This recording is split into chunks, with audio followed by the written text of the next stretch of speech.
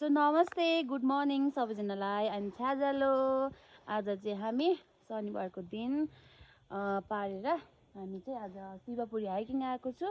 अनि हाम्रो टिम चाहिँ कति 9 जना टिम छ हैन हाम्रो ग्रुपमा चाहिँ।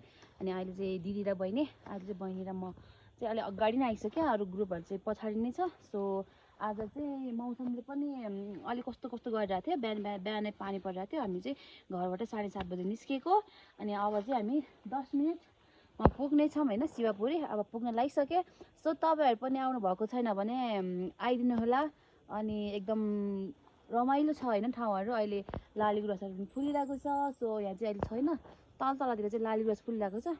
आज चाहिँ हैन पानी परेर पनि एकदम शीतल पनि भएको छ कि, अनि मौसमले पनि एकदम साथ दिएको छ। सो आज चाहिँ हामी हिँड्न सक्ने पनि भएको छु है। अहिले घाम लागेको भए त हिँड्न सक्दैन थियौँ। सो आज चाहिँ हामी शिवपुरी हाइकिङ